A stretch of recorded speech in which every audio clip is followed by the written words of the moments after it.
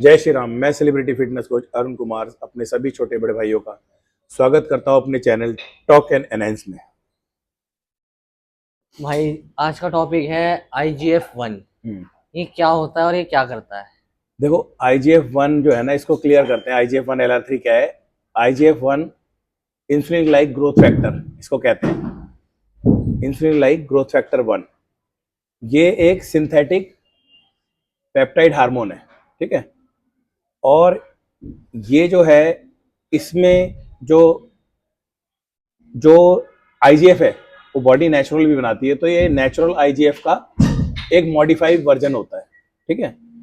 इसकी क्वालिटी क्या है? इसका जो हाफ लाइफ होती है वो बहुत लंबी होती है अदर पेप्टाइड से, तो इसका जो इफेक्ट होता है बॉडी में बहुत लंबे समय तक रहता है। और इसकी जो हाफ लाइफ है 20 से 30 घंटे की भी होती है। तो अब इस पे बात करते हैं कि ये बॉडी बिल्डिंग में इसका क्या यूज है। बॉडी बिल्डिंग में सबसे पहले मसल मास बहुत फास्ट ग्रोथ करता है, रिकवरी बहुत फास्ट करता है, और सबसे बड़ी बात जो कोई पेप्टाइड नहीं करता जनरली, इंजरी में आपको हीलिंग करता है। जैसे आपके टेंडन और लिगामेंट को बहुत फास्ट रिपेयर करता है, जो कि कोई भी पेप्टाइड नहीं करता।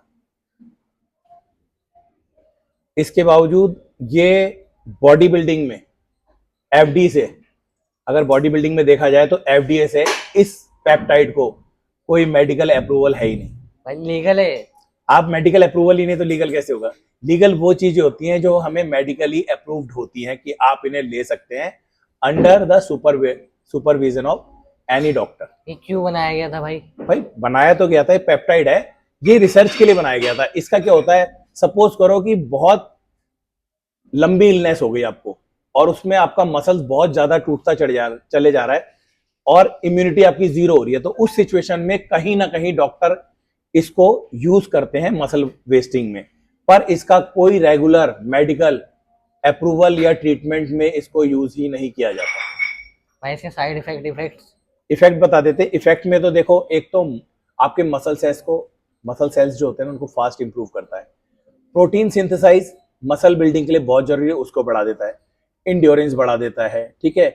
मसल रिकवरी बढ़ा देता है, ठीक है। उसके आगे ये जो एचजीएच होता है उससे मच बेटर है, क्योंकि ये डायरेक्ट आपके मसल्स टिश्यू को इंप्रूव करता है।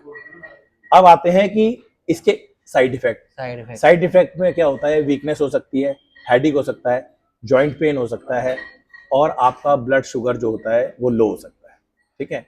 अब आते हैं लॉन्ग टर्म पे, कि लॉन्ग टर्म अगर आप आईजीएफ की आदत पड़ जाती है, ये भी काइंड ऑफ आप देखा जाए तो यूज टू करने वाला एक पेप्टाइड है आपको।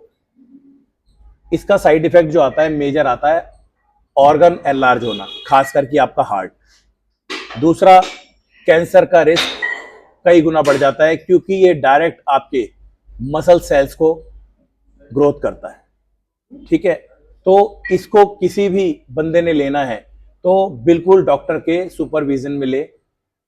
अगर आपको डायबिटीज है या हार्ट से रिलेटेड कोई प्रॉब्लम रही है, और या कभी फ्यूचर में, मतलब फ्यूचर तो नहीं बोलेंगे, अगर पास्ट में कोई आपको कैंसर से रिलेटेड या कोई माइनर ट्यूमर भी, जो कैंसर ना भी हो, अगर उससे रिलेटेड कोई प्रॉब्लम रही है, तो आप इसको बिल्कुल यूज ना करें। और मेडिकली में देखा जाए, अगर मेडिकल अप्रूवल हो तो इसको किसी भी तरह से मेडिकल में यूज नहीं किया जा रहा। और एफडीए जो है उसमें, या फिर कोई भी मेजर मेडिकल कोई भी अथॉरिटी है, उसमें इसे ट्रीटमेंट के लिए कहीं भी यूज नहीं किया जाता। तो ये आपका IGF-1 LR3।